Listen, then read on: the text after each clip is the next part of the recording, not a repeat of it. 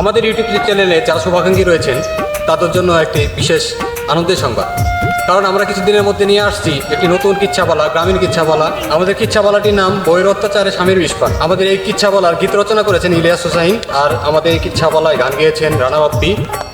এখানে অনেক স্বনামধন্য অভিনেতারা অভিনয় করেছেন।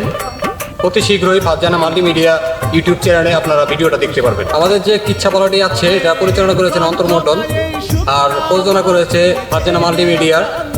তো আপনারা সামনের যে ভিডিওটা আসবে এটা দেখার জন্য আমাদের চ্যানেলের পাশেই থাকবেন। লাইক, কমেন্ট, শেয়ার করে আমাদের চ্যানেলের পাশেই থাকবেন। ধন্যবাদ সবাইকে। লিখছে ইলিয়াস হুসাইন, শুনেন ঘটনা, বউয়ের অত্যাচারে স্বামীর জীবন বাঁচে না।